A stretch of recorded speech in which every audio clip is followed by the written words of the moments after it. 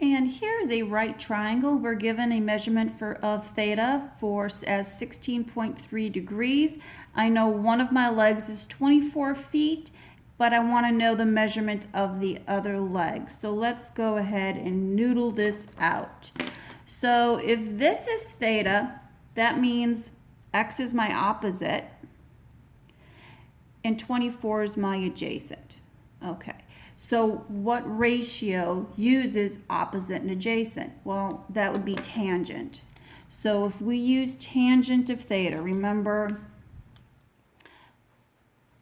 tangent of theta equals opposite over adjacent. Okay, so now let's plug in what we know. We have tangent of 16.3, that's my theta, equals opposite, which is x, all over adjacent, which is 24. And I need to get x by itself. I'm going to still use my properties of equality. So this is division. The inverse operation of division is multiplication. We're going to multiply both sides by 24 to undo it. Your 24s are going to reduce out here. And we get 24 tangent of 16.3 equals x. Okay, from here on out, this is calculator work. So let me grab the calculators and we'll run through this. The TI-30X2S, you literally are just going to pretty much plug it in as you see it, left to right. We're going to have 24 tangent, it starts the parenthesis, 16.3, end parenthesis, equals, and it looks like we get 7.01. Let's just call that 7 feet.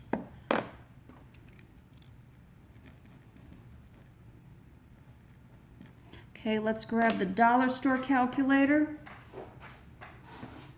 That one you're going to go just a little bit backwards. Okay, so you're going to do your degree measure first, 16.3 tangent, and then times 24. And you still get the same answer, 7 feet.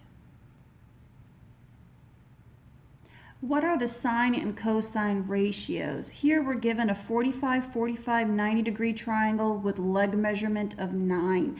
This is a special right triangle. And you may recall, I put it in my other videos. It's also from geometry. I know it's been a while. We can do this nice and easy. You could still go ahead and solve this the same way that we solved the previous problem and then apply the Pythagorean theorem and figure everything out and get your ratios. This is just a much quicker and easier way. I know these are 45 degrees. And what I also know about a 45, 45, 90 degree triangle, my side measurements have to be the same, my legs, and my hypotenuse is going to have a value of whatever x is times the square root of 2. Well, I am told that my leg has a measurement of 9. So that means this side is 9, the other side is 9, and my hypotenuse is 9 times the square root of 2. So let's figure out the sine and cosine ratios. So sine of 45 degrees, both angles are the same. So it's 45 degrees equals opposite over hypotenuse. So opposite is going to be 9 all over the hypotenuse, which is 9 times the square root of 2. Now notice we have to reduce this. My 9s are going to reduce out, and I am left with 1 over the square root of 2. However, you don't ever want to leave a radical in the denominator. We're going to rationalize that denominator by multiplying numerator and denominator by whatever's in the denominator. Okay, and that is going to give me the square root of 2. Remember, multiplying this would end up being the square root of 4. Square root of 4 is 2. Okay, now let's do cosine. Cosine of 45 degrees is adjacent over hypotenuse. Well, isn't the adjacent side, both legs are the same. So that means we're going to still have the same ratio. We already did the work reducing this out. These measurements are the same. And remember, we talked about cofunctions in example 5. Your cofunctions, add them together, you get 90 degrees. There it is.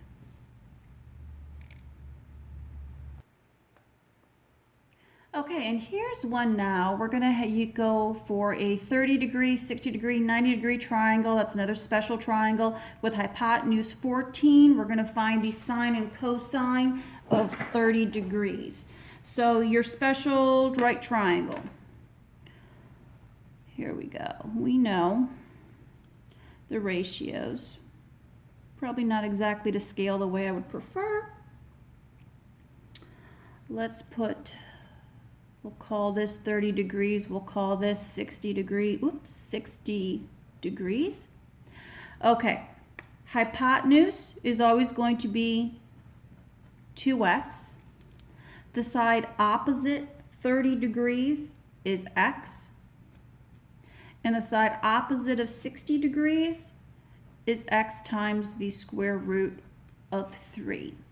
Now, here we are told the hypotenuse equals 14. Okay, so if my hypotenuse is 14 and the hypotenuse is 2 times x, that means x equals 14 divided by 2 is 7. And that means this other side is going to be 7 times the square root of 3. Okay, so let's find my ratios.